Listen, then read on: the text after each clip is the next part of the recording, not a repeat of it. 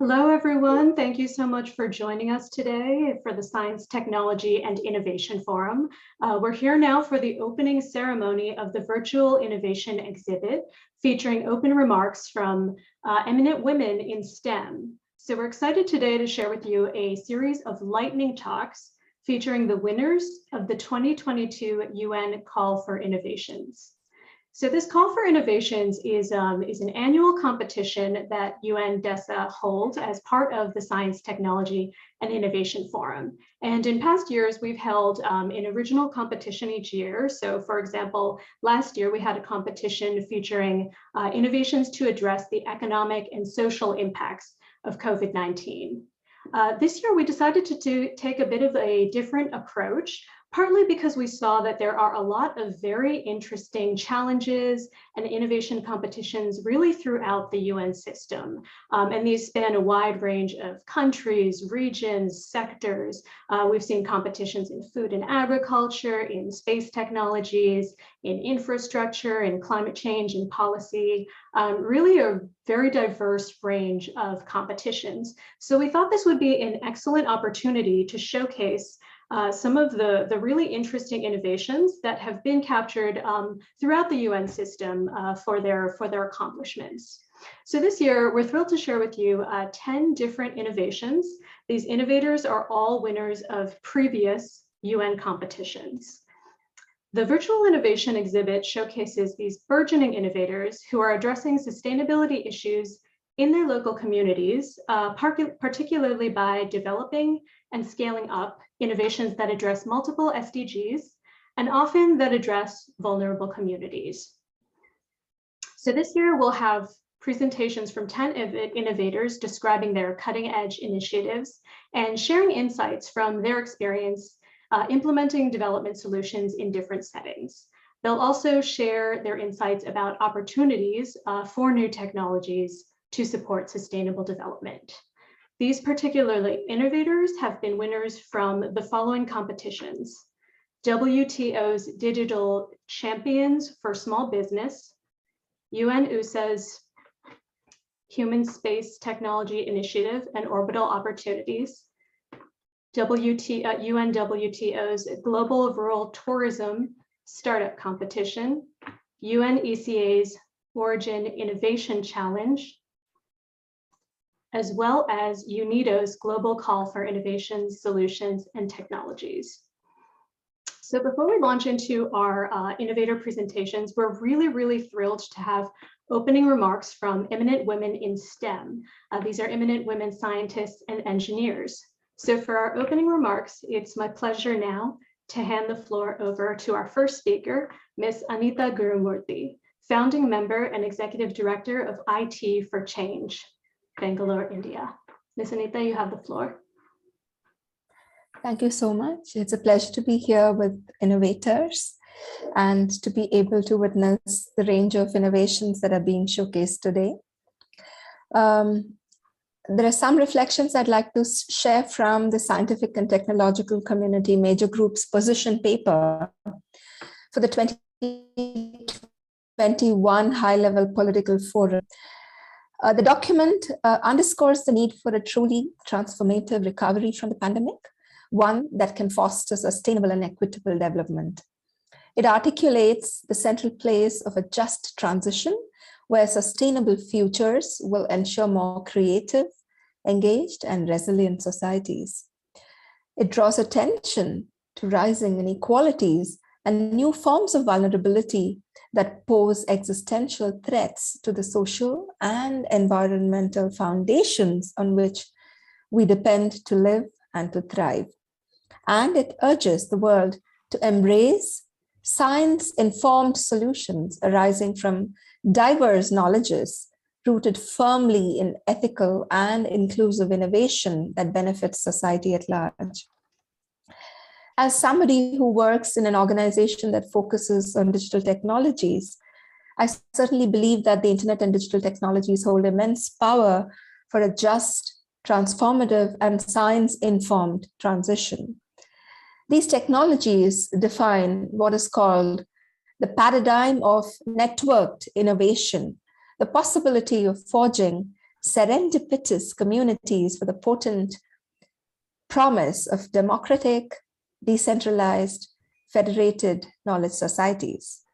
I'm someone who has benefited tremendously from the wonderful gift of the internet, discovering new ways to do what I do in my many social roles, and also, I dare say, innovating in small ways on this possibility for serendipity and community.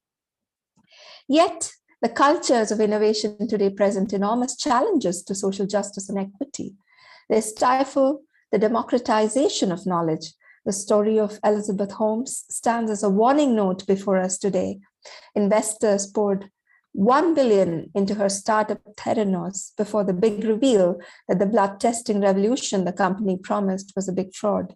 The case of Holmes is just the tip of the iceberg, and I would say she's not to blame at all. For Silicon Valley innovation thrives on bluster and the roulette of venture capital funding. Mainstream innovation culture today has become synonymous with the cult of the lone wolf entrepreneur in a networked market that valorizes the winner who can take all, the predator who can survive only if others perish. A flashback. On the eve of the adoption of the SDGs within the UN system, the digital was seen as a harbinger of a new people-centered culture of innovation. The report of the Secretary General on Science, Technology, and Innovation and the potential of culture for promoting sustainable development for the 2013 Annual Ministerial Review observed, and I quote, "Because knowledge is becoming more widely distributed, innovation increasingly needs to occur at the interstices of collaborating groups and organizations, making networks an important means for developing countries to exchange knowledge and advance their economic development." Close quotes. The report also noted that web-based technologies have also made new forms of science and technology collaboration possible.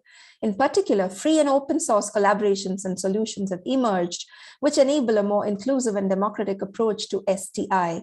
These new forms of collaboration should be encouraged and expanded to include marginalized groups such as children, women, girls, and indigenous peoples.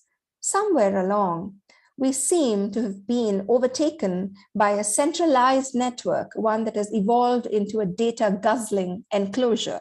The value of networked innovation today is in the hands of a few and bereft of a public ethos, except that the tenacity of the human spirit continues to produce stunning artifacts, not defeated by economic adversity nor social apathy. This is particularly true for communities in the margins who persist in their own ways to reclaim the radical potential of digital technologies. I come from India, where SEVA, a cooperative federation of women producers, is boldly experimenting with its own platform model using Phygital, a combination of physical and digital strategies. From the edges, they are embarking on regenerative local experiments, giving meaning to a just and transformative transition. And it is this spirit that we must claim to rebuild and restore. Thank you so much. Over to you, Lana. Great, thank you so much for these really insightful opening remarks. I transition now to our next speaker, Ms. Karishi Abdul Karim, laureate of the L'Oreal UNESCO for Women in Science International Awards. Karishi, you have the floor. Thank you very much, Alana, and greetings, esteemed guests and friends and colleagues. It's a real honor to be part of this virtual innovation exhibit, and particularly being part of celebrating women in STEM. I thank Anita for outlining some of the issues and gaps and challenges in the digital technology space, and also reminding us of the values that underpin knowledge generation. And particularly as we meet at this COVID conjuncture and try to accelerate the attainment of the Sustainable Development Goals by 2030, a short less than 8 years from now. So I am from Durban, South Africa. Some of you may remember it more recently. About a month ago, there were some incredible floods there. And I say this because my work has focused on the HIV epidemic and particularly filling an important gap, which is women-initiated technologies. And if I had more time, I would elaborate on that. But I wanted to underscore one thing about my 34 years in being an HIV scientist. One is that science is a very slow and long process, and we ride on the shoulders of giants. But we also require investments for the science to advance. And why science is important is, so in the HIV space, just to say that what I was doing was addressing a very local problem. About 60 to 70% of people living with HIV and new HIV infections take place in sub-Saharan Africa. And I am from South Africa, which is home to 1 in 5 global HIV infections, despite being home to less than 1% of the global population. But in thinking about science, it's just a reminder that it's core and fundamental to human progress. And that is no way more apparent than in our response to COVID-19, where in less than 2 years, we moved so rapidly from fear, from anxiety, from the unknown and uncertainties in a rapidly changing world to less than a year later, seeing the availability and use of masks for protecting others, the application of behavioral science, social sciences, biomedical sciences, yielding also 6 vaccines in less than a year. That sets a new bar in terms of knowledge generation. And I don't think we can go backwards. And we have to really spend time reflecting on how did we get here? And if we marvel at the mRNA technology, all you have to do is speak to Caitlin Caricos, and she will tell you, I've spent more than 4 decades of my life on this technology. I'm still working on it for therapeutics for cancer. But we had a lot of hope of a return to life before COVID. The reality is, I don't think we want to go backwards, we want to go forwards. But I think that that hope that came from vaccines was disrupted and interrupted very quickly. And I'm not going to go into the issues of access and inequitable access, but I do want to talk about variants of concern, because I think the variants of concern are a reminder that we're far from over with COVID-19.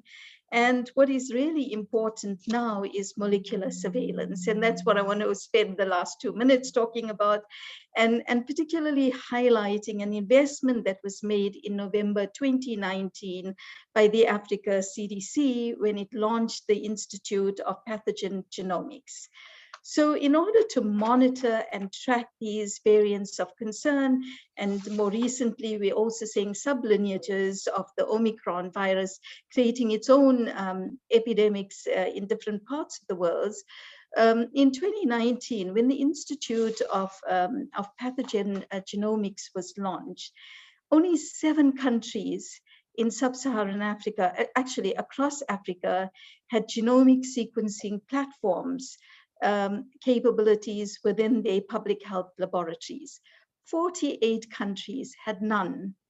And this talks to inequities and inequalities, even in a continent that faces many challenges. By 2022, this had changed from 7 to 31 countries with this national genomics capacity, sequencing capacity.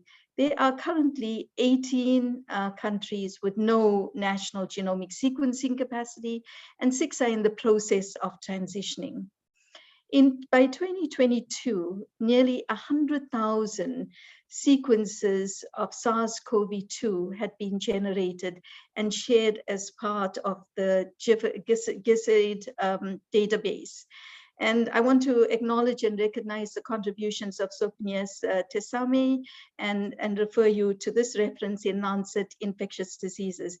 It is incredible how that changed and how critical this is going to be for ongoing monitoring of variants of concern. there was an investment made in infectious diseases, and there are many in Africa, TB, malaria, HIV, to name just a few.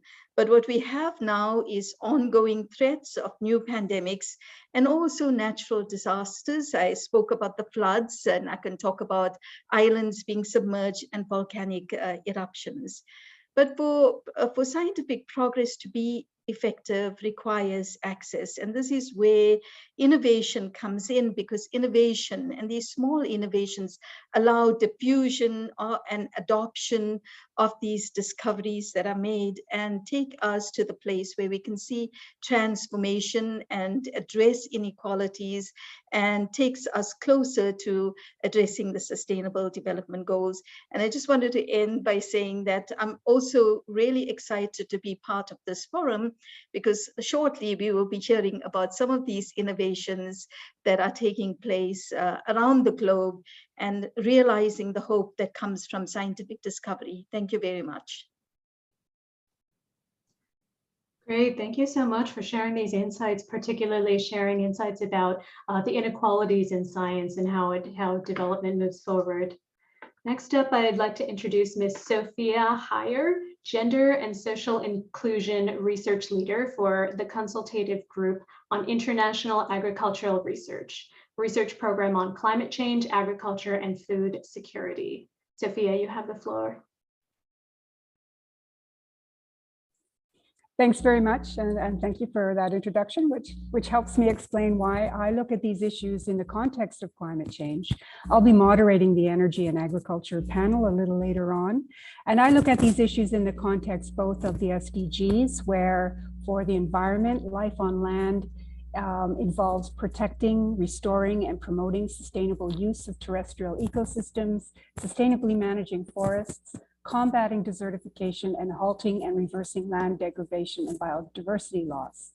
But I'm also looking at this in the context of the IPCC's most recent report, and we all know that climate change is continuing and momentum in some places is increasing, and that the impacts to ecosystems, people, settlements, and infrastructure have resulted from observed increases in frequency and intensity of climate and weather extremes, including hot extremes on land and in the ocean, heavy precipitation, drought, and fire. We also know that women and disadvantaged groups or underrepresented groups are the most vulnerable and often affected, have experienced the greatest impacts from these climate events.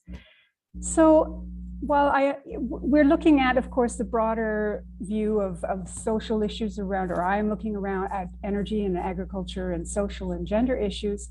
And I think we need to recognize that the science, technology, and innovation concerns, or science and technology and innovation, has not really targeted the concerns and the needs and perspectives and priorities of people at, we used to call it the bottom of the pyramid, people in rural areas, people at the lower socio and economic levels, people who are ethnic minorities, women, youth. And so there are issues around energy for usable, small-scale, renewable, clean energy that's affordable. Technologies for women that help them in their care work. We know that women still have a much larger burden of care and still a consistently higher, significantly higher workload than men. For example, the UN has found that women on average do 3 times as much unpaid care and domestic work as men, in addition to their paid work and their productive work and their community work. So we need to be looking at how we can help ease women's labor burden, reduce the time that they're spending in unpaid work that often tends to be very heavy in manual labor, very manual labor oriented, very much not supported by technologies that will reduce their labor loads, but also we need to be looking at technologies that will increase their, support their livelihoods, increase the income that they can make for family and household needs and concerns, can send their children to school, and can increase their nutritional and dietary diversity. So we need support to their agricultural production, we need support to energy, we need water solutions, water and sanitation solutions that will provide clean water and will reduce the labor required to collect or fetch water. And we need we need solutions that are high-tech yet applicable in low-tech environments. And so I look forward to seeing some of the innovations that are presented later today. I think they're pointing in the right direction in some ways. We also need to look at the representation of women in the science, technology, and innovation workforce in the fields, in the whole structures where science, technology, and innovation are developed, designed, implemented. Women continue to be much less represented in many of the kind of the high tech or the natural tech or the hard sciences. And I think I know that my colleagues on the panel are very aware of this. Their participation in biological and life sciences continues to be very high. And in some countries, they make up more than half. They are the majority of graduates at the bachelor's level in these disciplines. But we're finding that even in those disciplines, the participation of women continues to drop as you go up through the educational hierarchies into PhDs, postdocs, positions, and then advancing into positions in universities, higher positions in universities. And they are also not represented in the science, technology, and innovation workforce very significantly at all. So that continues to be an issue and a problem for the way that STI is developed, researched, implemented, pioneered, innovated. And there needs to be some understanding and some recognition that this is not, so to speak, rocket science per se. It's not difficult to bring more women and ensure that more women stay in science, technology, and innovation in these areas. We know how this can be done. There are very many successful models. What's needed is the political will and the funding and the recognition that maybe some things have to be done a little bit differently in order for women and other less represented groups in science, technology, and innovation to participate.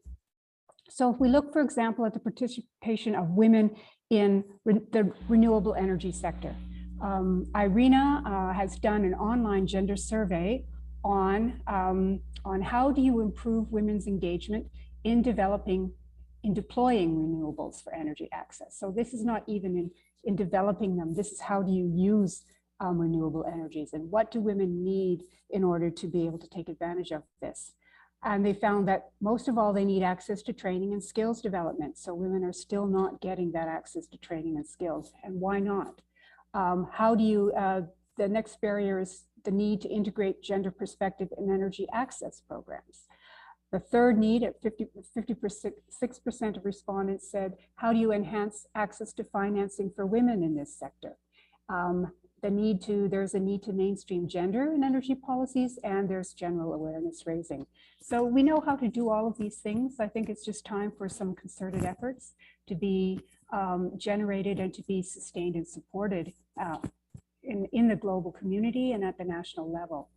Another survey done by the same group looks at shares of women in STEM, non-STEM, and administrative jobs in renewable energy. And what they found that the majority of women who are in this sector, 45% of them are in administrative jobs, 35% are in technical jobs, and 28% are non-STEM technical jobs, and 28% are in actual STEM jobs. So we still have this gap. We still have this need to change to bridge the gap, to support the participation of underrepresented groups in science, technology, and innovation if we're really going to develop a STEM world and science, technology, and innovation that responds to these urgent environmental, agriculture, and climate challenges that we have before us. So just a couple of examples, and then I'll close. We need workload reduction technologies at the grassroots level, such as And there are some great examples of solar-powered irrigation, which reduce the need for manual irrigation and collection of water. Rice drum seeder, which is an easier way to plant rice seeds, very simple rolling drum. Where are the motorized tillers that are small and easy to handle for women and affordable? iShamba and Shamba Shape Up are examples in Kenya of the use of digital technologies and television to provide women in Uganda with information and support on agricultural production and to help them understand how they can make more money with their production, as well to position themselves in more remunerative and more high value locations in agricultural value chains. And Heifer International is including skill content and skill development for women in this area. So I think we need to understand that we need science, technology, and innovation that understands the development challenges that we face, that understands the urgency, but that also understands the constraints at the local level faced by, the still majority of the population in many parts of the world. They need to be appropriate for environment, the local environment, in a socioeconomic context. They need to be affordable by women and by young people. Young people as well need to be targeted, and their needs need to be understood by this. And there may also be targeted capacity development support for women, youth, and underrepresented or under groups that are not able to benefit, need capacity development support to be able to use and benefit from new technologies. And they can be older technologies, or they can be new and more sophisticated technologies, but that are modified and customized to be useful at the local level. So thank you for this, for listening to me at this point, for this very short introduction. I look forward to a longer discussion about how can we really target some of these urgent crises and concerns that we're facing. Thank you. Thank you very much, Sophia, and thank you to all of our opening speakers for really addressing how the scientific community needs to better speak to the development challenges of today in different contexts, and in that regard to include more diverse perspectives, to engage more women, more youth, and more groups from populations that are vulnerable. With that, we will now transition to our series of lightning talks with the innovators. Before we begin, I have a... Yeah, I'll send you my... Can I ask everyone to keep their mics muted, please? Thank you. So before we begin, just a quick housekeeping announcement. We would love for this discussion to be two ways, to be engaging and to be interactive with all of you. So as you can see, there is a chat box on the screen if you are logged in Wahova. So for all of our attendees, we encourage you to type in questions. At the very end of this session, we'll have a Q&A with everyone. So you can address questions to a specific speaker, whether one of our innovators or one of our opening speakers, or just a general question. And our team will select a few of these questions to put to our panelists at the end. With that, our first lightning talk session will be on space applications to address sustainable development, moderated by Ms. Anita Guruworthi, founding member and executive director of IT for Change. Anita, you have the floor. Thanks so much, Lana. I have the honor of moderating the session on a subject that is really extremely exciting. And I think this is an area that never ceases to inspire human imagination across cultures, ages. And to the innovators who are part of this session, how wonderful it must be to be craftspeople who can play with space applications. So welcome to the session. And what I'd like to do is to invite Charles Mwangi and Victor Hugo. Each of you will get about 4 minutes. So during your presentation at the end of 4 minutes, please permit me to gently nudge you to wrap it up. So we begin this session with our first speaker, Charles Mwangi. Over to you. Thank you, Anita, for this opportunity, and Lana, distinguished participants and panelists. My name is Charles Mwangi. I'm the acting director, Space Sector and Technology Development at the Kenya Space Agency.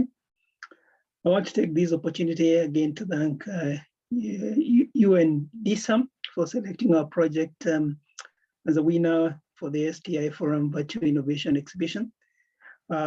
Please visit the virtual exhibition booth.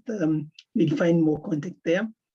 I want to take again this opportunity to thank you and DISA for allowing us to share briefly what we're doing in the project.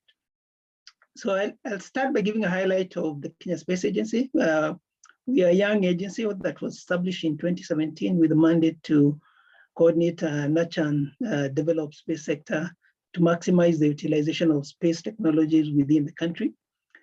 And I will go directly to what led to that guided us on the project that I'll be presenting. So in 2016, 2017, the Council of Governors, we have the country in Kenya is divided into 47 counties. So the organization that handles that with support from the Department of International Development, DFID, through the United Nations Development Program, undertook a survey that was seeking to establish the state of GIS, and the application focus was on 4 key GIS resources and make recommendations in terms of what could be done. So there were issues around hardware, software, human resource, and data.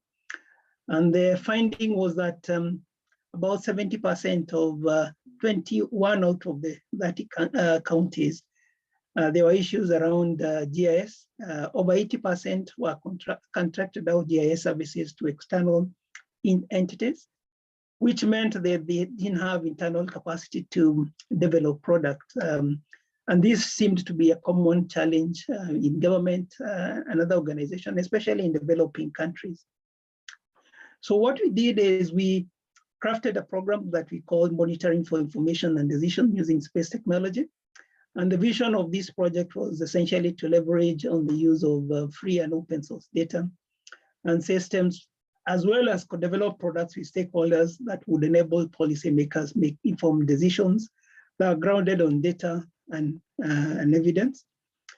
So our project is based on Google Earth Engine. Google Earth Engine is a cloud-based GIS and remote sensing platform that hosts quite a lot of imagery. It also has quite a number of data that goes back to time. And our focus areas was on natural resource management. So we've done a pilot on forest. We've done another pilot on urbanization and spatial planning. And we're currently doing one on disaster management and floods. And the idea is to develop a pilot that would be enable policymakers to use those tools to make decisions. And you will find some of those outcomes in the exhibition booth on the projects that we have provided. So in a nutshell, our observation of us as opportunities to monitor progress and the realization of the SDGs, and more especially, as I mentioned, to make decisions. And some of the SDGs that were addressed by a project, just to give a highlight, is the SDG number 8, which deals with economic growth, SDG number 9, industry innovation and infrastructure, SDG 11, sustainable cities and infrastructure, 13, climate action, and 17 on partnership for the goals. I invite you to visit our virtual exhibition booth, and that would allow you to see more about the project. I want to rest it there, and I hope if you have any questions, you'll be able to share with me, and I also share my contact in case of any follow-up. Thank you, Anita. I hope I've kept the time. Thank you so much. That was perfect. And I think you have kept it tantalizingly, kind of vague and mysterious. I wish I could visit your booth, but I am sitting here in Bangalore today, but someday certainly. And I think that the power of these technologies, particularly to inform local communities and to really enable timely decision-making, is something that really is at the frontier. And maybe you would also agree with me that it is actually relatively inexpensive to do this, and it's possible to manage if communities can be engaged. So thanks so much for that. And over to Victor Hugo Ayerdi-Bardales, and please take it away. Thank you very much, Anita. It's a pleasure for me to be part of this conference. And my name is Victor Hugo Ayerdi. I'm the head of mechanical engineering of Universidad del Valle de Guatemala. And I was part of the Quetzal-1 team. The Quetzal-1 team built and launched into space the first Guatemalan satellite, which is a small satellite, a cube of 10 centimeters per side, that started in 2014. The project started with 6 people, 4 students and 2 professors, with the idea to develop this satellite. That they started working on it, and after several years of work, in 2017, this project was selected as the winner of the Cube program of the United Nations Office for Outer Space Affairs and the Japanese Exploration Agency.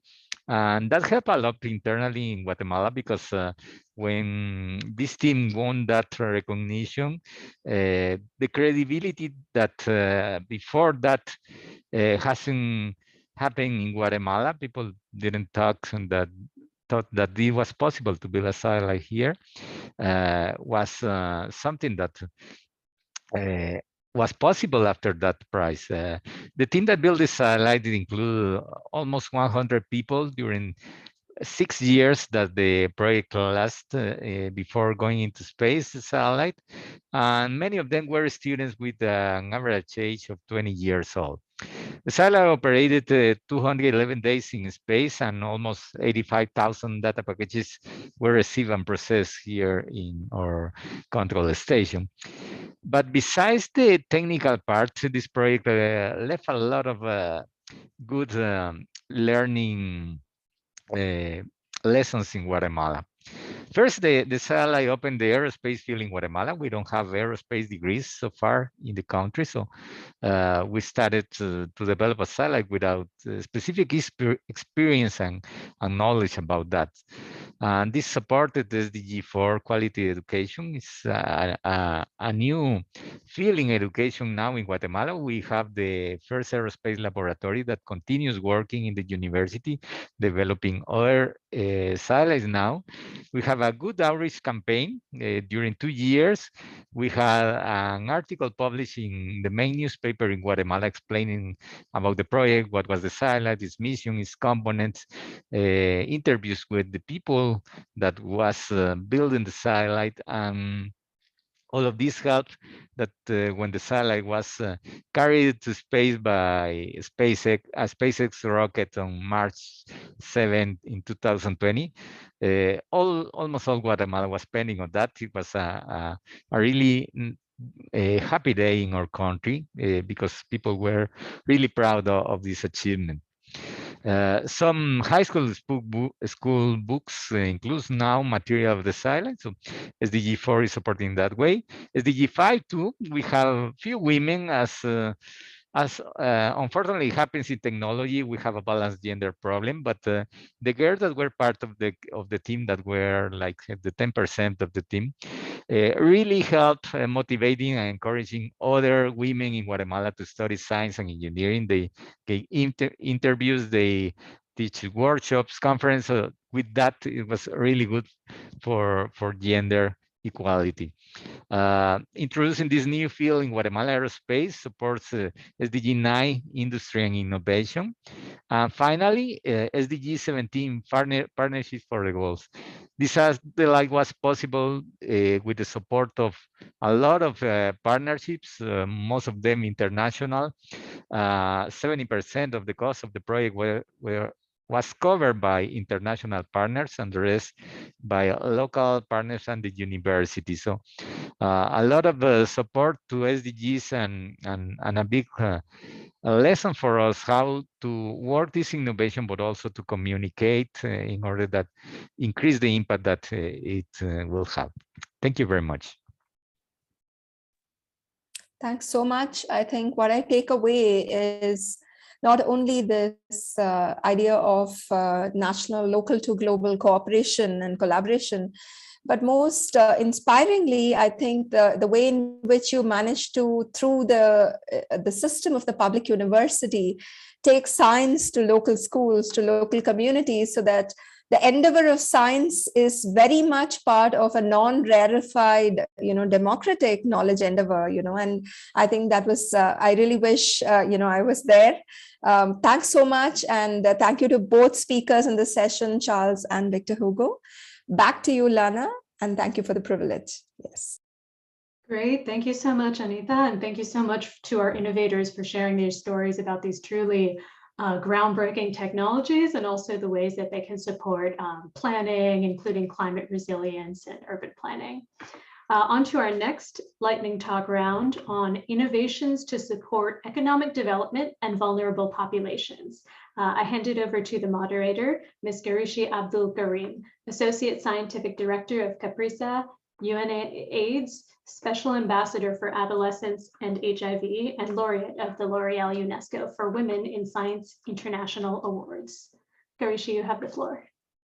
Thanks very much, Lana, and greetings again. And it's really my pleasure to moderate this session of 4 really exciting lightning talks on innovations to support economic development and particularly vulnerable populations. And I think the SDGs are all about bridging the inequality gaps and leaving no one behind.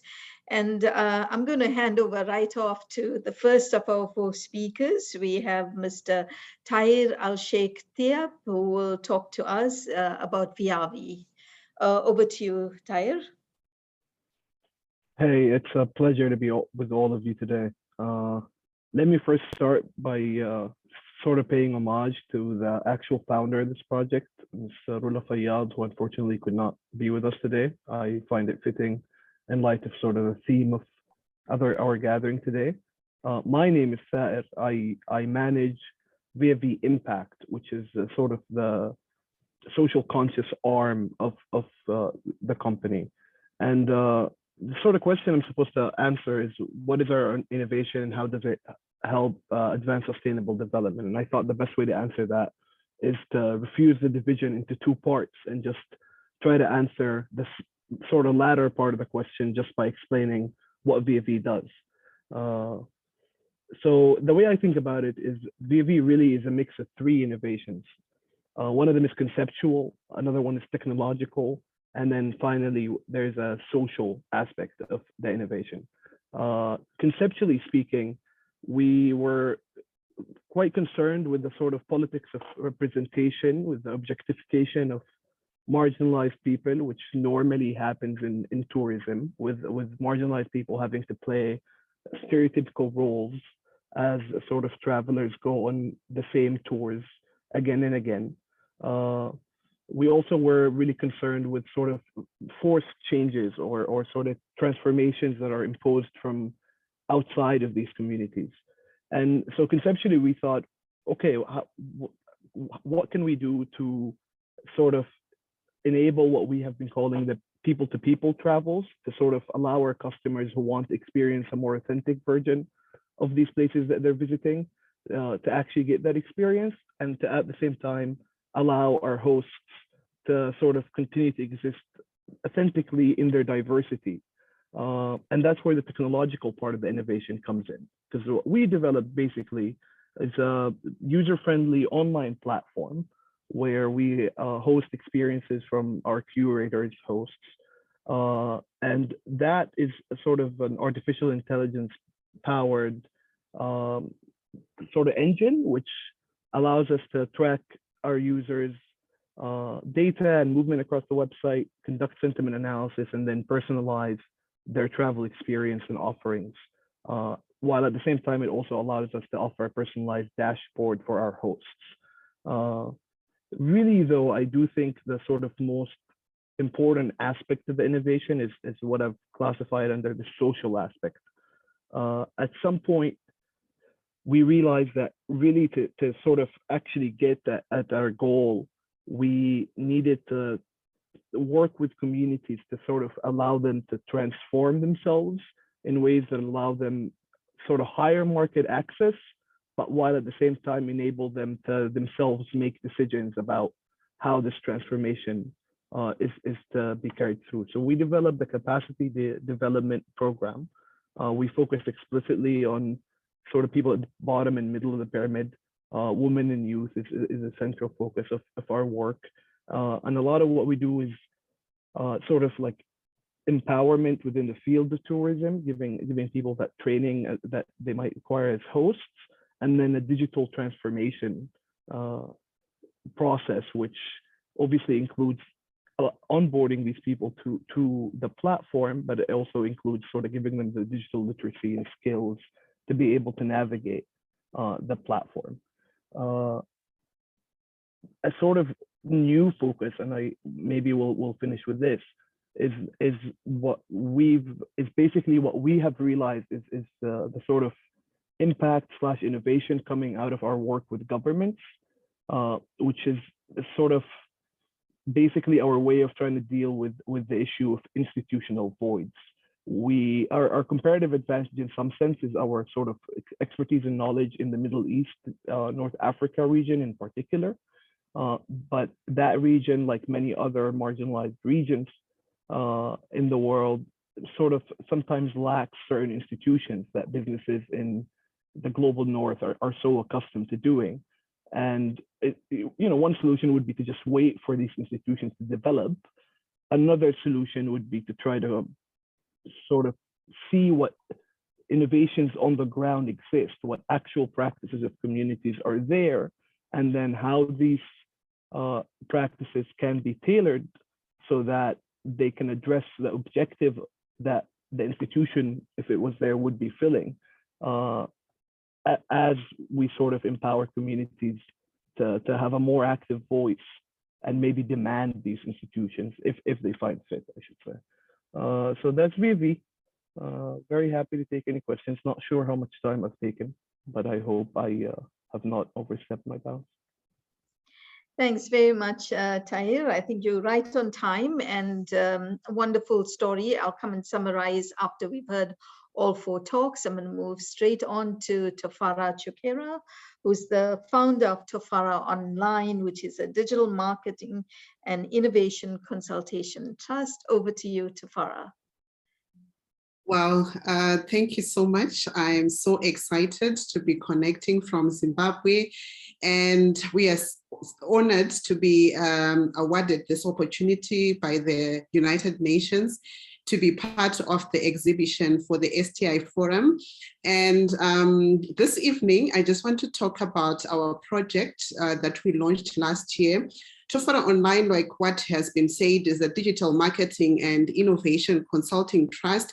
And our main aim is to empower women and SMEs to embrace digital marketing and emerging technologies, either for career development or for business development. So last year, we launched a project called the Tech-Driven Entrepreneur Program, which we are actually running online with the theme leveraging digital marketing for international trade. The COVID-19 pandemic has really underscored the importance of the digital economy for small businesses and also businesses of all sizes. And SMEs have historically struggled to enter the digital economy, and due to lack of awareness, lack of resources, lack of technology know-how, our aim as an organization is to then bring more SMEs and women into the digital economy to help them grow and trade and become more resilient. I'm just going to talk about the problems that we identified in our country and in our communities that led us to actually come up with this innovative idea of teaching people digital marketing online. Unemployment remains a thorn in the flesh in Zimbabwe and across most African countries. And we have realized that learning digital marketing and emerging technologies will help people create their own employment, and also it will help people to grow their businesses and also contribute to their employment creation in communities. So you will find that the way we structured our courses online are really emphasizing on making sure that at least one SME creates one job for one person. So if we can have millions of SMEs creating one job for one person, then definitely our problem of unemployment will be solved. You will notice also that we do have a digital gender gap that is there, and we are now aiming at providing women quality education on digital marketing and emerging technologies. And we believe that women are not being given enough opportunities, and that is why we have also structured our programs to make sure that every woman, even in marginalized communities across Africa, is getting an opportunity to learn about technology. And we are using the accessible technology that we have here in Africa. If it means that we are going to teach people on WhatsApp or using WhatsApp, then if it is the best possible solution that we are using, we are reaching to more communities. We have also noticed that there is one community which is being left behind, which is the hearing and speech impaired communities. So when it comes to learning digital marketing and emerging technologies online, there are no programs that are catering for people who cannot hear and who cannot speak, but we believe that they're very intelligent people. So currently the Tech-Driven Entrepreneur Program is actually in the process of interpreting the content into sign language so that at least those people will not stand in the streets to look for money to put food on the table, but they can actually adopt tech, learn tech, and also create their employment. We believe if someone can learn graphics designing, for example, they can actually create flyers for small businesses and, earn money without just asking for it. We are also looking at making sure that all these SMEs contribute to the economic growth of our nations. And I would like to say that last year we were also awarded Digital Champions for Small Businesses by the International Trade Center, the World Trade Organization, and the International Chamber of Commerce. And the reason was we are using what we have as in resources to reach out to more people. And currently, since 2017, we have trained more than 8,000 women and SMEs on digital marketing using the least possible technologies available and that is accessible to everyone. So I would also want to talk a bit about the Tech-Driven Entrepreneur Program that we are running and what the course content is all about. So we have designed this course to make sure that we communicate the key elements of building an effective digital marketing campaign for business growth. And we also cover best practices that are or that resonate to Africa, and using the technology the technologies that are available to us. And we are also making sure that every training that we are doing has a component of a practical. Why? Because we wouldn't want to train online and then we leave people to die, but we want to capture success stories, and that is what we are doing with our project. And once again, thank you so much. And please do view our digital exhibition booth on VOA. And thank you so much once again. Over to you. Thank you so much, Tofara. That's just amazing stuff. So many facets to it.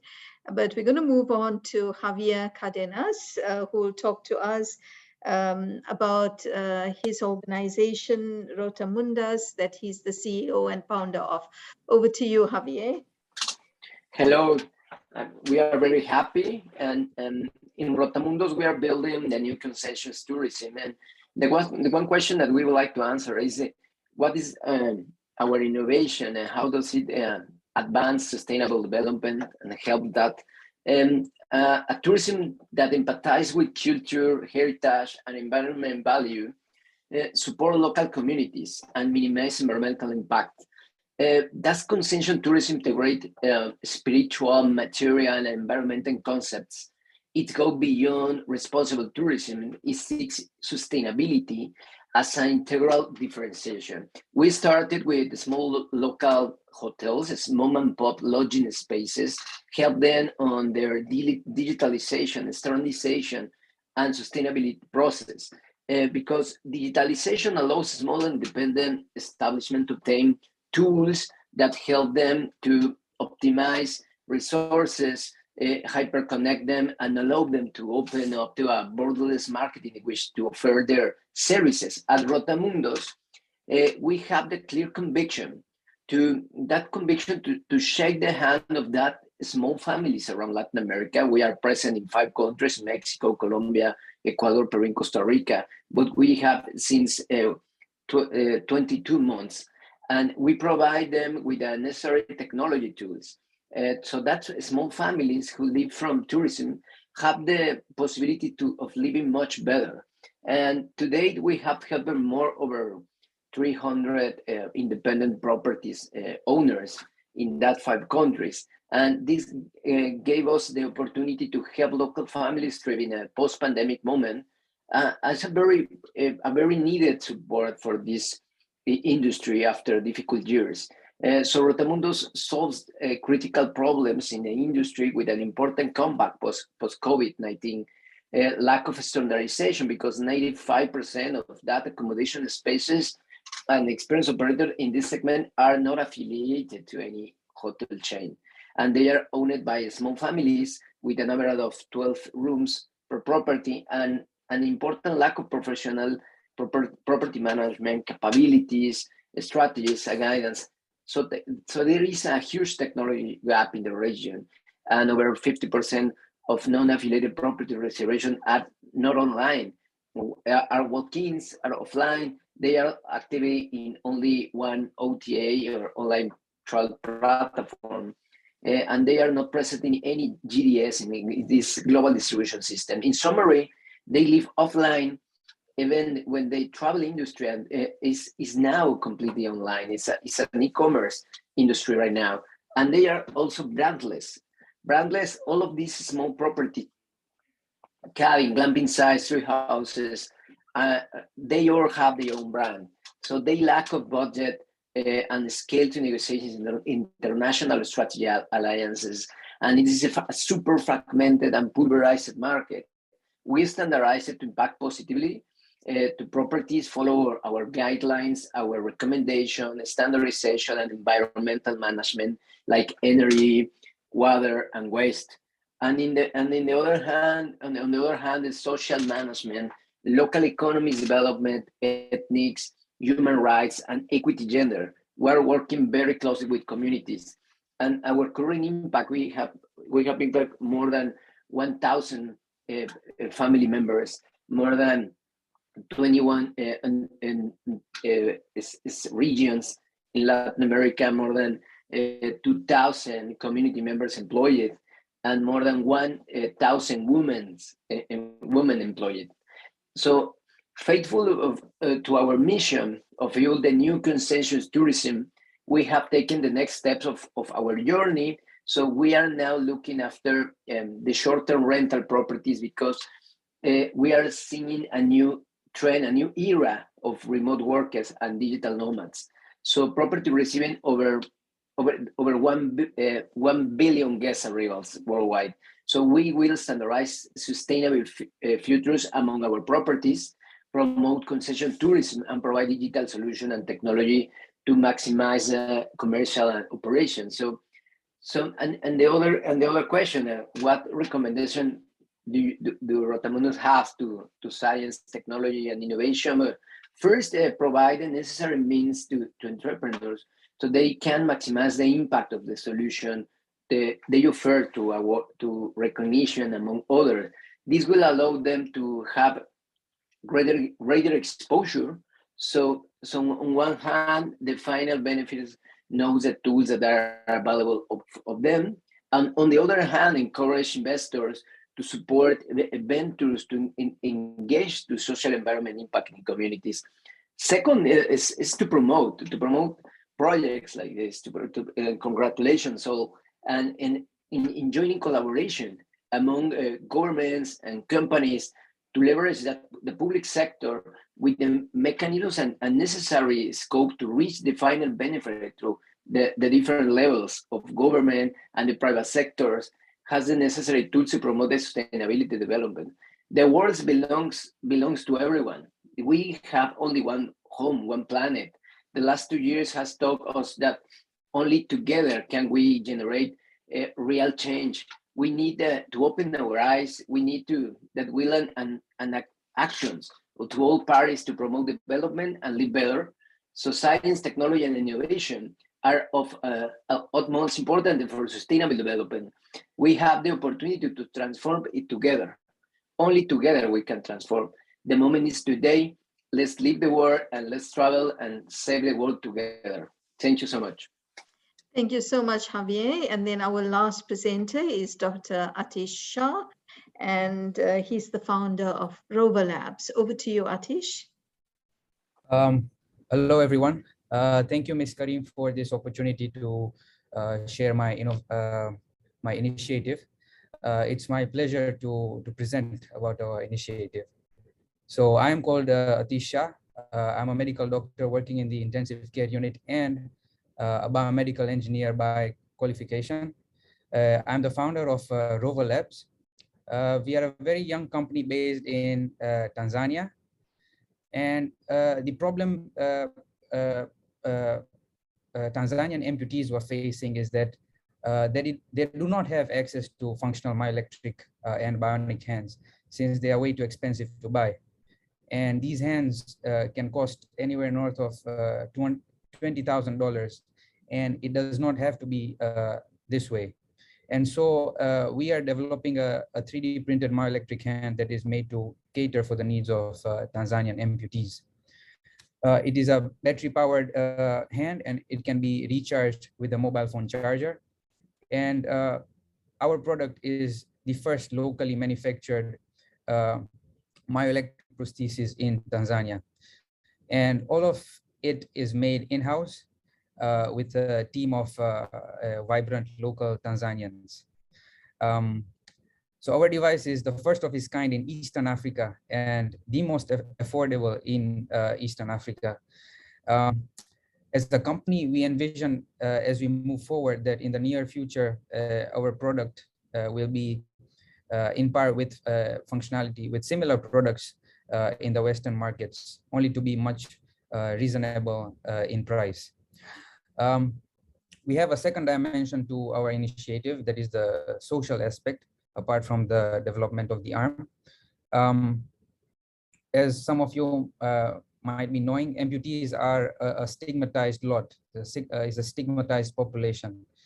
And for that, in order to remove that, we are trying to engage key stakeholders like community elders, rural healthcare providers, hospitals, non-governmental organizations to help remove negative perceptions related to amputees and to help carry out our mission in making our product and devices accessible to the remotest of locations in Tanzania and East Africa.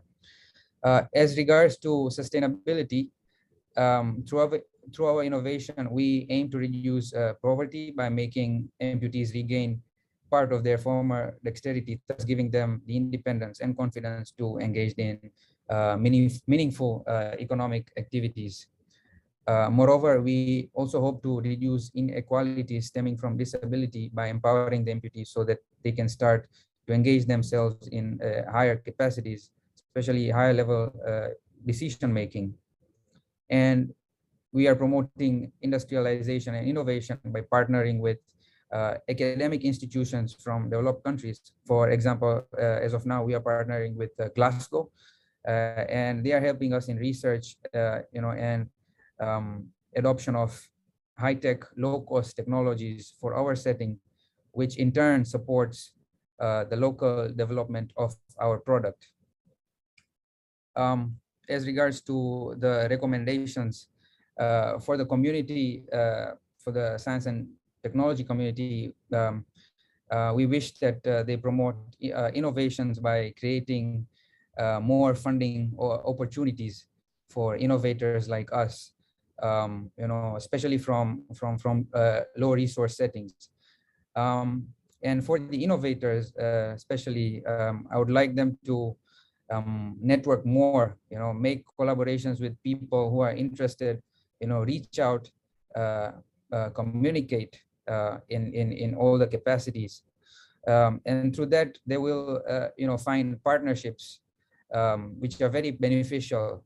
For example, take an example of our company. We are a tech-oriented company, and we are partnering with an academic institution, and that is very beneficial for us. And third, last, and I cannot overemphasize this, perseverance is key. So have a lot of failures, but then, failures are an indicator of, of development. So with that, I would like to, end my talk. Thank you, everyone. Thank you so much, Atish, and also to our other speakers, Tahir, Tofara, Javier. I think you all give me a lot of hope and impressive young people making great changes, enabling their environments to become more self-sufficient, empowering. What makes your innovation so special for me is that the 2 years of COVID have been so disruptive in so many levels. And despite that, you've moved ahead, you've found solutions, you're using the digital space, in a way that brings equity and equality, self-sufficiency, employment, and addressing it in so many different ways. We've heard, for example, 2 examples of modern tourism and what tourism post 2022 can look like, or already in 2022. I think the space of work and the world of work is changing. And 1, you're creating jobs. 2 is you doing that at a local level. And 3 is all of it is about keeping people, retaining the culture, doing that so that we don't have even more urbanization and loss of knowledge and culture and heritage that is so key in some of our more rural and less developed countries, communities. But you're also taking those communities up and modernizing them, enabling them to do so much more. And Atish, your work is like so special. I think also Tafara mentioned how she's helping the deaf. You're helping people, amputees with disabilities, and making them realize their full potential despite their disabilities. And I think we live in a world with so many wars, conflicts, natural disasters, and to have this kind of affordable, accessible solutions, I take my hat off to all of you. So thank you so much. And thanks, Lana, for the opportunity to moderate this amazing session. I wish you all well in the next stages of taking this innovation, bringing it to scale, and taking it and diffusing and amplifying what you're doing to new heights and new levels. And I hope those young people listening in from all over the world are as inspired as I've been with these presentations. Thank you so much. Thank you so much, Garishi, and Thank you so much. Our very inspiring innovators. I just wanted to remind all of our attendees, if you'd like to learn more about these innovations, please do visit the virtual booths in Wahova, where our innovators have shared additional materials, videos, and links to their innovations. Also, feel free to visit the STI Forum website, where we also have links to their innovations, as well as some information about other innovation challenges throughout the UN system. So with that, I introduce our last and final session of lightning talks on the topic of innovations to advance environmental and agricultural sustainability, moderated by Sophia Heyer, Gender and Social Inclusion Research Leader for CBR. Sophia, you have the floor. Thank you. So I'd like to start off this panel on innovations to advance environmental and agricultural sustainability. In order to save time and allow more time for questions, I'll go right into the presentations. So I'd like to introduce Gerhard Dust, founder and CEO of Polycare. Mr. Dust, please. Yes, good evening, everybody, and thank you for having me. Do you remember the Disney movie Ratatouille? There's a famous statement there from Chef Cousteau saying, anybody can cook. Well, I'm the guy saying anybody can build. The turning point in my life came on January 12, 2010. We had this horrible earthquake in Haiti. I was retired then. I lived in Florida, and I wanted to help. I wanted to help those affected to rebuild themselves with their own strengths with material they found on site. Because I firmly believe that after such a trauma, it is the most important thing that those affected, I mean, those who suffered, play again an active role in the reconstruction in order to find a positive way back into life. Fortunately, at that time, I knew an East German engineer who had already succeeded in producing a super strong concrete made out of desert sand, which you probably know is not suitable for normal concrete, but he made a far stronger concrete out of desert sand. So on the basis of that invention, we founded Polycare with the clear aim to develop a process to enable people to build with otherwise not usable local materials, such as desert sand or building rubble. And for this purpose, we developed a corresponding plant that can produce this concrete very easily and in a very environmentally friendly way. The concrete produced in this way then becomes as hard as granite, 5 times harder than normal concrete in just a few minutes. And the best thing is we shape it like Lego blocks. These bricks are made out of 90% local filler material, such as desert sand, and a binder made out of polyester resin, which in this case is largely made of recycled PET bottles. Let me show you something. This is a PET bottle full with desert sand. And we make this kind of blocks out of it. So this is basically the same thing. It's only a model. The real block is much bigger, but this is the PET bottle with desert sand. This is the type of Lego blocks. And to cast these stones, and they're really matching together. I mean, this is easily to build. To cast these stones is very much like baking a cake without an oven. Again, everybody can cook. Just pour the concrete into the mold and take them out 20 minutes later. The bricks we produce are the size 60 centimeters wide, 30 centimeters high. They weigh only 15 kilograms. So that's only a quarter of the weight of regular bricks. And they have an insulation foam inside. They are super durable and you can reuse them again and again. So the really nice thing is, like with Lego, you build, by example, you build today a refugee camp, and 20 years later, you transform this refugee camp into a hospital. And 50 years later, you may be thinking you want a residential area out of it. And 100 years later, you do something else with it. You use it again and again. And this is why our invention, also we had not originally planned this in 2010, is now the cornerstone of a circular economy in the construction industry. We have proven our concept already in Africa and Namibia. We are producing with desert sand, and the next one is in South Africa, where we produce with recycled material.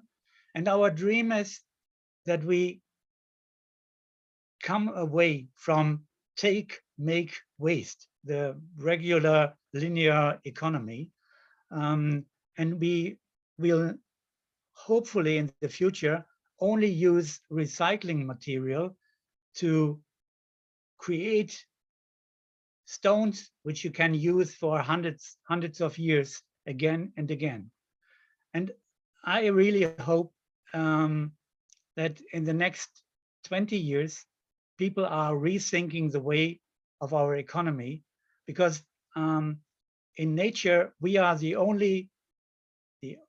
humans are the only animals who produce waste, and we shouldn't do that. Thank you very much. Thank you very much. What a great idea to develop such simple and useful blocks out of local materials. It's very exciting innovation. We look forward to seeing it spread. And I think it's a great model for looking at other sectors as well. You know, can we develop cook stoves that are easily made out of local materials and can be easily portable and carried elsewhere? But of course, we need to be concerned about their fuel wood usage as well. But I think this kind of idea is a great way to be moving forward. I'd like to introduce the next innovation, Adelaide Njoki, who will be telling us about the Repo Sand Glass Recyclers Limited. Ms. Njoki. Thank you so much for the opportunity to be part of the forum and to present our innovation to you. So I'll begin the presentation just by giving you a brief background of how we ended up at Repo Sand, a glass recycling company. So before Repo Sand Glass Recycling Companies, what we were doing before was we were mostly creating decorations and household glassware from glass waste. But then, I mean, with every business, with every idea, normally when you take your product onto the market, you have these assumptions, and then you take it, you take the product to the market, you test the assumption, and then you get some feedback, and then you decide, do we go ahead or do we go back to the drawing board? So when you took the product to the market, and by the product I mean all the decorations and the household glassware, the feedback that we got in general was that we kept receiving more glass waste than we could actually process. So we had to go back to the drawing board and try and figure out, what else can you do with this glass waste? What is being done in our market at the moment? What is being done in other markets, that is potentially not being done in our market? And, is it possible for us to replicate such models or build upon those models? So that is how we were able to now pivot from now creating decorations and glass waste, the decorations from glass waste to now creating construction aggregate from the glass waste. So the main problems that we are currently trying to face or to reduce are, just trying to minimize the amount of glass waste that ends up in landfills. Apart from that, there's a lot of negative impact from the sand mining processes, which are environmentally degrading. So by this, we are trying to target SDG 12 and SDG 13. So apart from that, the use of glass waste as a construction aggregate could potentially save on cost to the guys who are in the construction space. Apart from that, it also leads to time saving, since using glass waste sand as a partial replacement improves the workability of the end product. So the product that we are currently working on, so we ended up on two products, which is either using glass sand as a beach and riverbed nourishment material. But then we realized that if we only rely on that one product, we'd end up depending on governments and NGOs for revenues, which might not be self-sustaining for the business in the end. That's why we also, we are really pushing on the construction aggregate. But then I've seen these so many engineers in the room. And so with construction, the biggest challenge that we saw from the research that we were able to do was that when you try and use glass waste as for partial or full replacement, right, for concrete, what happens is that like what occurs is there's an alkali and silica reaction that might happen. And basically, in layman terms, that is the concrete might crack either immediately or gradually. But then, so from what we're able to see was that the finer the glass sand, the finer you're able to crush this glass, the more you're able to control the alkali and silica reaction. So that's why the main product for construction is going to be a partial replacement or a cement additive to produce Portland cement blends. So where are we now? So for now, we are still at the idea stage. And we were lucky to have received our first grant from Origin Innovation, where we are supposed to use this funding to now do more research on alkaline silica reaction and also on the product, then decide how to take the product to market And why is this important? Is because, as Anita said, she learned so much on the internet, but it's also important to just have, like do the actual experiments for due diligence as perspective, for external potential funders, and also for ourselves, and to also be able to advise our potential clients who are going to be using our products. What do we need? So apart from the funding that we will need, post the research, we also need a technical team. So the team is mostly finance background. So my background is in finance. We also have an operations lead, but what we're looking to recruit would be engineers, either material engineers, civil engineers, and how we want to go about this, or how we are going about this is selling this vision to people who are working with us from a mentorship perspective, to try and see whether they can join the team as co-founders as well. Apart from that, we're also working closely with some accelerators and looking for venture capital to, for VCs who are mostly in the construction space, who can leverage their networks and leverage their knowledge for our business. I think that's a very good summary of our business. I hope I have stayed within the time limit. Yeah. Absolutely, and thank you very much. It's really exciting to see another example of a process and a new product developed from widely available local materials, locally found materials that are recycled for innovative new products and new materials. So thanks a lot for that. It's also great to see an innovative business run and headed by a woman. So congratulations. It's not always easy. So for our next presentation, I believe this is going to be a video. It will be a presentation from James Brown, who is Chief Technology Officer of Bondi Bio. Is that right, Lana? Yes, that's right. Okay. How much time? 5 minutes. Plus.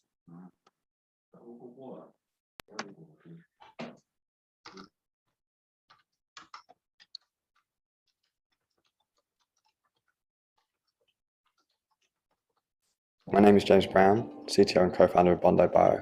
We're a synthetic biology startup established in Sydney in 2018 to focus specifically on the solar biomanufacturing of natural products from bioengineered cyanobacteria, converting light, water, and CO2 into high-value compounds and chemicals. Plant-derived compounds are the basis of many billion-dollar industries, from the essential oils used in fragrances through therapeutic compounds and adjuncts underpinning pharmaceuticals and vaccines, nutraceuticals, agri and aquaculture products. We are increasingly relying on what nature has created. However, there's a problem. Supply pressures are increasing for many due to unsustainable harvesting methods and rapidly rising consumer demand. Many are threatened by political and trade uncertainty, ecosystem destruction, and environmental impacts from climate change. Our solution is to harness the power of engineered cyanobacteria to biomanufacture these compounds from light, CO2, and water. Bondi's solar biomanufacturing platform allows us to harness the power of biology to produce high-value terpenes and carotenoid compounds with positive environmental impacts.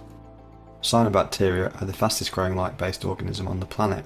They are an excellent source of protein, and coupled with their engineered ability to produce key nutrients, makes their secondary products an ideal source for aqua and agriculture feed.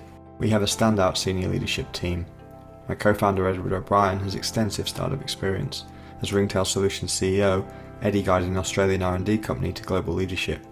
I hold a genetic engineering doctorate from the University of Cambridge and have 20 years of engineering development experience. Our COO Cameron has a degree in chemistry as a CFA charter holder. In Andrea, Dominic and Arta, we've built a world-class team. We've demonstrated over 1,000-fold increases in yield in our lead molecules and are now taking our solutions to production scale. We've gained industry traction, progressing a project funded by a large corporate to convert CO2 into high-value product. Bondi Bio, converting light, water and CO2 into high-value compounds.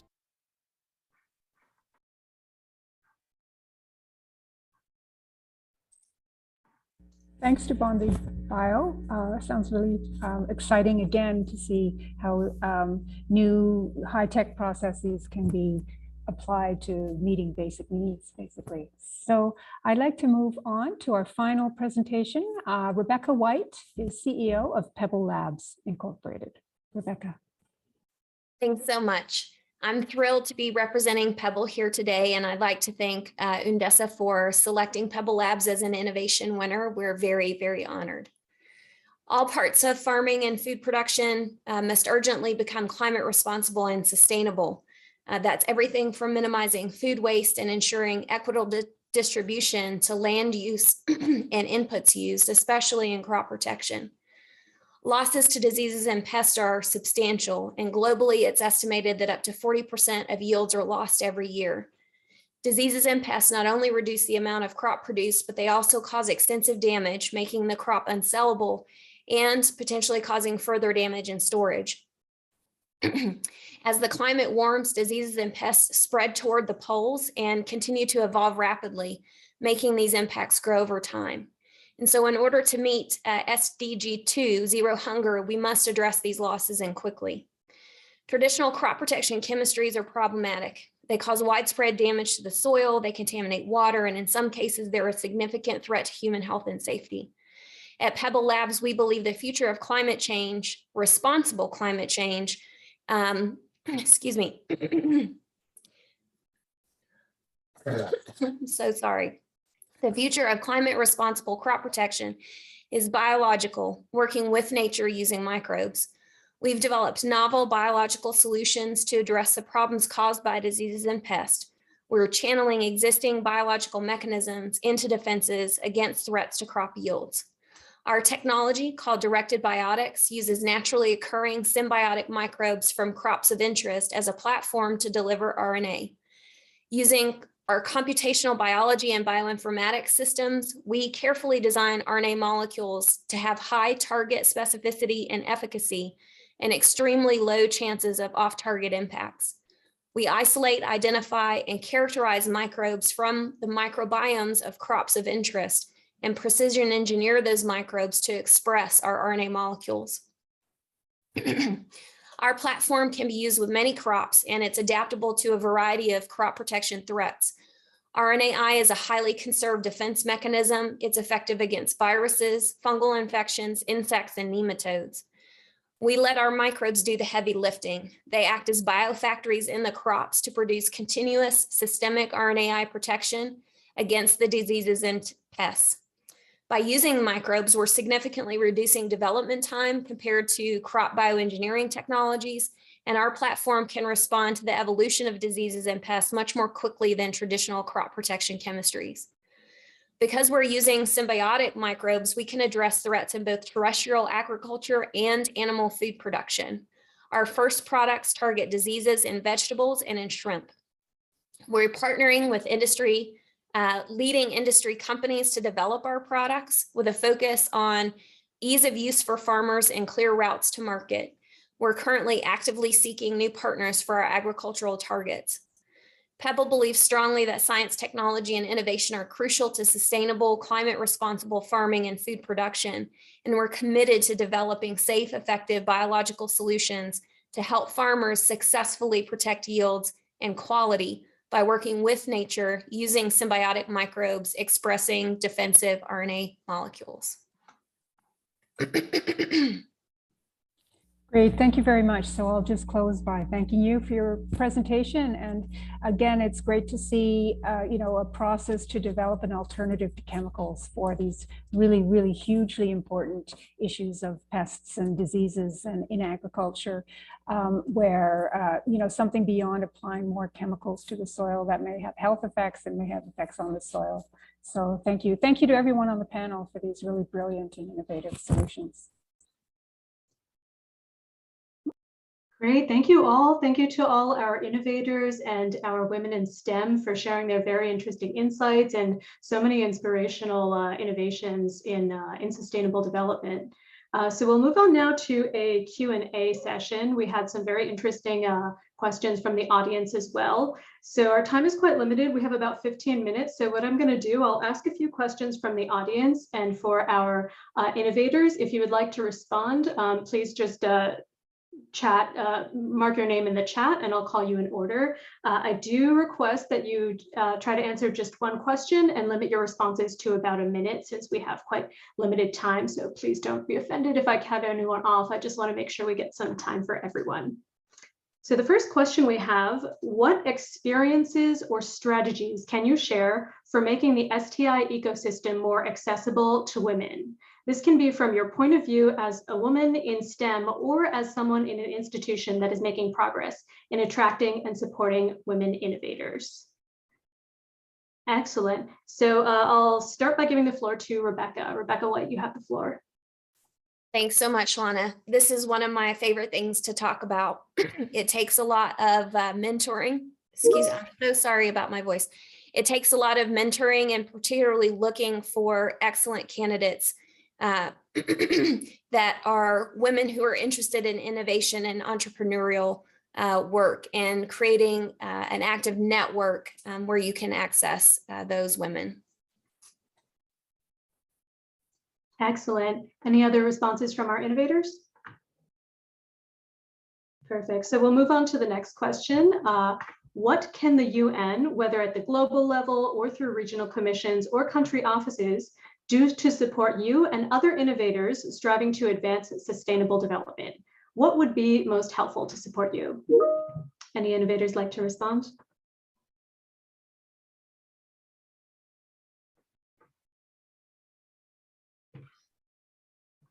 Yes, thank you on my side. I think UN, when it comes to helping us on our side, we will definitely require sponsorship for our programs so that we reach more people, especially those in the marginalized communities, because we are looking at also making sure that many women are shepherded into the digital space. So sometimes we do not have the resources to reach out to where we want and also make a huge impact in our community. So definitely sponsorship of our programs will definitely help us as innovators. Thank you. Fantastic. And I see Charles Mwangi would also like to address this question. Charles, you have the floor. Thank you, Lana. I just wanted to mention an initiative that has been put forth by the United Nations Office of Outer Space Affairs with regard to space, accessing space for developing countries, which has allowed many developing countries that would otherwise not be able to access space. And such initiatives provide opportunities for especially developing countries, because again, when you're looking at space technology, it's quite expensive. I know of a number of opportunities that have been out there where if they are not provided for, then much of the demographic within the population within the developing countries will not have access. And if such opportunities are made available across, it doesn't need to stop at space technology. I know other UN bodies have initiatives, but maybe having those initiatives and platforms like this where we're able to share what you're doing would add value to the process. Thank you. Excellent, thank you. Yeah, it's certainly interesting and helpful to have more platforms like these where we can hear from you as well. So thank you. Anyone else would like to address this question?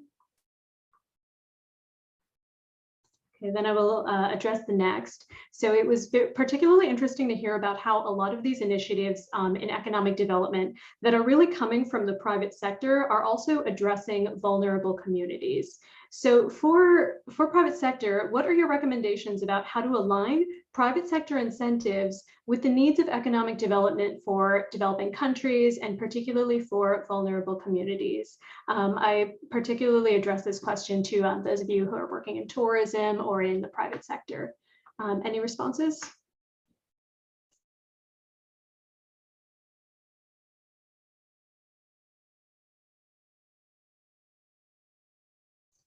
Please, Dr. Gerhard. Yeah, I think that there's a mind changing. The younger generation now is more interested about social impact than of making money. Of course, people still want to make some money, but if they can choose, by example, for working for Polycare or for BASF, they choose Polycare because they see the impact. And I hope that will continue. Excellent. That's great to hear. And yeah, I think I also see a shift. It's nice to hear that there's more and more interest in social causes. Would any of our other innovators like to address what the private sector can do? Please feel free to jump in.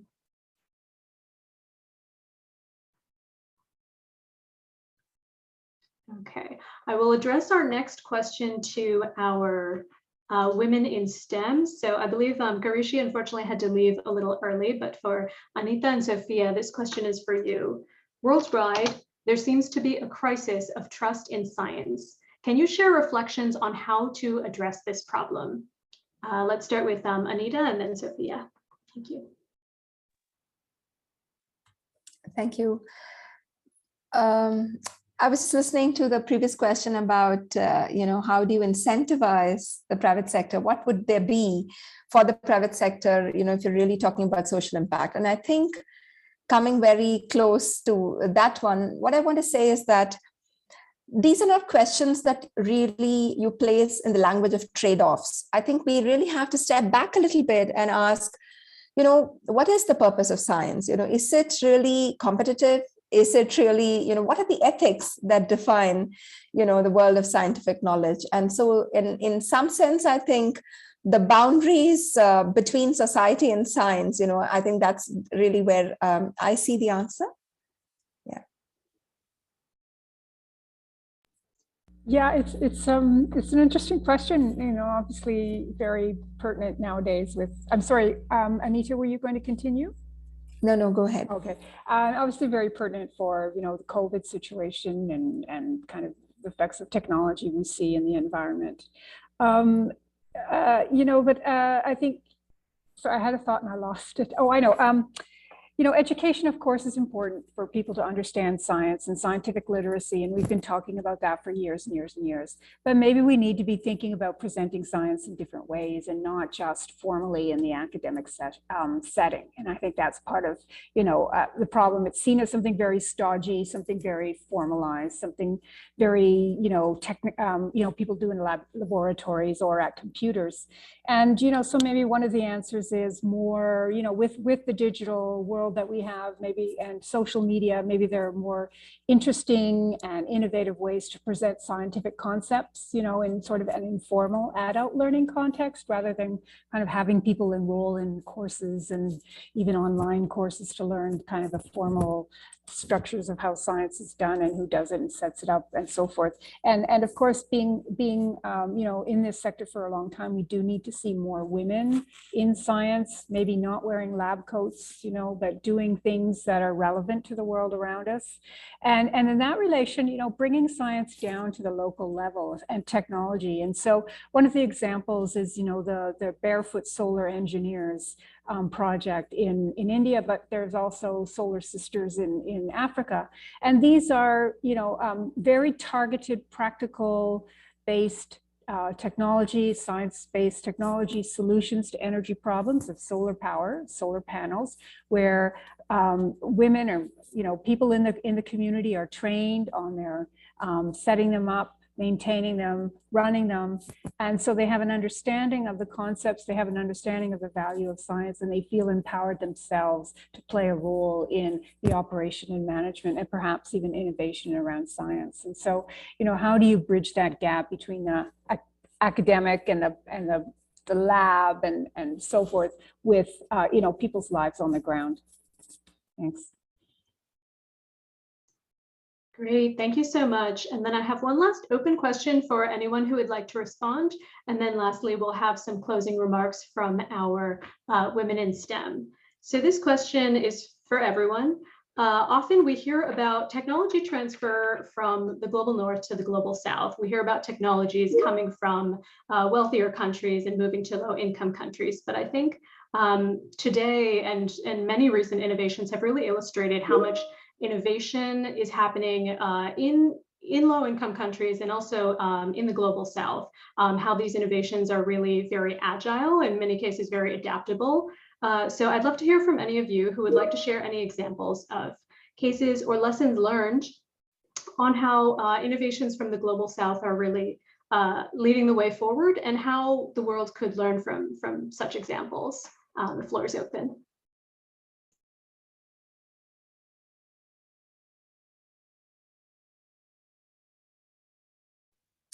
I'd just like to step in to say that part of the problem here is, what is really valorized. So very often, I think knowledges that emerge from indigenous communities or knowledge from the South is not adequately visibilized. And even when it is visibilized, it might really not be seen as legitimate to qualify in the citadels of these, ivory towers of knowledge, oftentimes, which has been, I think, also the struggle for women in STEM, these historical accounts. And, you really have those biographical accounts of female scientists who are invisibilized, right? So their work is not recognized as such.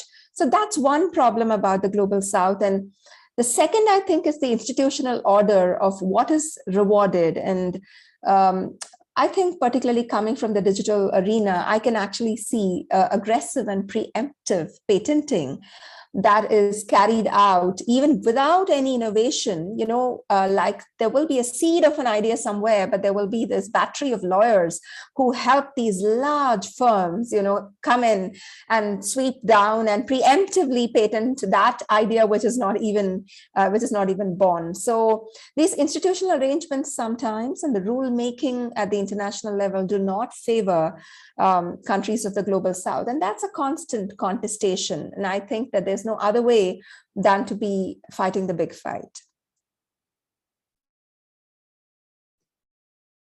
Great, thank you so much. Yeah, I think the matter of visibility is extremely important and something that needs more attention. I see we have two more requests to answer this question from Charles Mwangi and Gerhard Duss. So we'll go in that order. Charles, you have the floor. Thank you, Lana. I just wanted to chip in on the conversation coming from the Global South.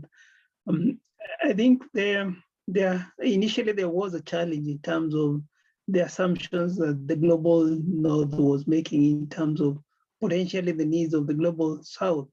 But I think now there's a shift towards co-design, co-development that has potentially addressed that. And part of the issues that were there, because when you wear it's said the wearer of the shoe knows where it pinches most, and that has come to the fore, especially in terms when you look at technology. And one of the challenges that we've had in the Global South is access to the technology. But the beauty about IT, especially infrastructure, the initial hourly cost has substantially reduced. All you need potentially is a computer or a system and the software that you potentially use to develop system. And that is why potentially in the Global South, you're doing quite well, especially on the fintech. I'll give the example of mobile money payment, which is quite huge in Kenya. We call it M-Pesa, and where you're able to make digital payments. But that has been necessitated by a need that was identified by the local. And that is where sometimes the gap between what the perceived gaps or the perceived needs of the Global South sometimes does not mesh with the perceived needs of from the Global North. But I see a lot of opportunities of the Global North and the Global South working together to develop solutions that provide products that would make sense to the general population. Thank you. Great, thank you so much. And Gerhard, I see you have your hand up, please. I had a similar argument like Charles, that the Global South can adapt quicker and overstep some things we've learned in the North over a time period. My constraints in the Global South are more that sometimes the value system is different. I mean, the need for the hunger for consumption is much higher in the Global South. We can't fulfill it. If we try, we end up in more take, make, waste, and we additionally we have the problem of corruption when starting in some of the countries. But we have had that 100 years ago in Europe as well. Okay. Thank you. And I see we have a hand from Atish Shah. Atish, you have the floor. Yes, thank you. Just to chip in to what Dr. Das said. So basically what I think is we have the emergence of low-cost technologies. For example, in our initiative, we use 3D printing, we use microcontrollers, we use machine learning. And this is because, 3D printing actually started coming up, in the late, 2008, because, patents started expiring. And this led to, to a boom in 3D printing. So a lot of low-cost technologies, were available to us. And for example, artificial intelligence, machine learning is not something that it's not rocket science. Anyone who has the resources, can learn it. If he has the internet connection and the right courses. So yeah, that is what I think. Thank you. Excellent. Thank you so much for these insights. Certainly having the access to low-cost resources does create this agility and this ability, this opportunity to be able to innovate new things. I believe that's all the hands. So thank you so much. And with that, I've shared a link to the STI Forum website for anyone who would like to see a little bit more information about these innovations. And again, please feel most welcome to visit the virtual booths in Wahova. So with that, I hand it to Anita first, and then Sophia to provide any final concluding remarks in a minute each. Anita, you have the floor. Yes, thank you so much. I think I take away a few things from this session. And the first, I think, is the question of the institutional frameworks. So what would it take to scale these wonderful experiments, and what would it take to really keep them not at a level of scale that centralizes power, but decentralizes knowledge and federates and creates the necessary structures as at a decentralized and federated level, So I think that's a question for national policy. What I also take away is, the appeal that many innovators made about how do you allow small actors to remain in the market? Do you give training? Do you actually give other kinds of incentives? Who are those ethical intermediaries who will step in and occupy that meso level institutional structure so that small actors can really be emboldened? The third thing I take away is this wonderful example about, the layer of knowledge that becomes necessary that was given with regard to outer space, that in order for some kind of scientific knowledge to be built, and I think it's quite arguable that you do need a certain layer of knowledge preserved as the commons so that innovation can freely build on that.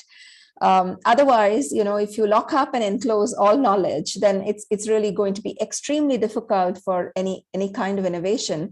And this is extremely true for the realm of data, where what you actually see today in the world is that de facto data collected by many of these big tech giants, without any governance, you actually see them as the default owners. And that really creates a certain north-south and big and small kind of divide, because of which entrepreneurs are not able to get into the market. And finally, I think what the session really reminded us is that it would really be a bad idea to want to have mastery over nature, because it's really going to hurt you really badly. And I'm reminded of something that somebody said about these smart education, smart farming, precision agriculture, where we are essentially talking about farming without farmers, schools without children, and all of these ironic situations where scientific innovation is not necessarily serving the collective ideals of humanity and aspirations to be together. So thank you so much for inspiring me. I've been staying up. It's past midnight. It's close to 1 a.m., but that's the power of your innovations. Thanks so much. Great. Thank you so much, Anita, particularly for staying up so late from your time zone. It's really helpful to have these insights, and certainly to discuss the need to decentralize, decolonize, and just spread knowledge, make it more accessible. Sophia, over to you for concluding remarks. Yeah, thanks very much, Anita. I don't have really very much to add to what you've said and what I've said earlier, but just, you know, to pick up on your last comments about, you know, farming without farmers. You know, in the developing world, smallholder farms are responsible for the vast majority of the bulk of food security and a significant sector for employment in countries. And perhaps, you know, I know some indicators say, you know, the smaller the agricultural workforce in a country, the higher the level of development, but maybe that's not necessarily true, and maybe that's not necessarily the way we want to go. And so, you know, one of the positive things around some of the innovations we've seen today is kind of the addressing these issues at the grassroots and making technology solutions available to small farmers, to smaller groups of people, perhaps collectives, cooperatives that are based on materials that are found locally. And so to, you know, keep in mind that, you know, science, technology, and innovation is not just the big stuff for the big companies, for the large, in my case, you know, I've been working in agriculture for the last few years, so the big agribusinesses and so forth. And how do we kind of strike that balance? You know, of course, it's important to have the large scale solutions, but how do we strike the balance between large scale solutions and what we're calling it in my program now, ACRA, gender and socially inclusive scaling of appropriate solutions. So I'll just leave it at that. And thanks to everyone. It's been a really interesting afternoon. Great, thank you all so much. Thank you to our ladies in STEM for moderating the sessions and for sharing their very inspirational insights and experiences from working in science and technology. Thank you so much to all of our innovators for showing how many of these really groundbreaking movements can come from all places, from all regions, from all countries, from actors large and small. So thank you for sharing your examples, your experiences. It's truly been an inspiring session, and we hope that we can continue to highlight examples and cases like yours. Again, please feel free to visit the website for more information and to see the links of our innovators. With that, we conclude the session. Thank you all.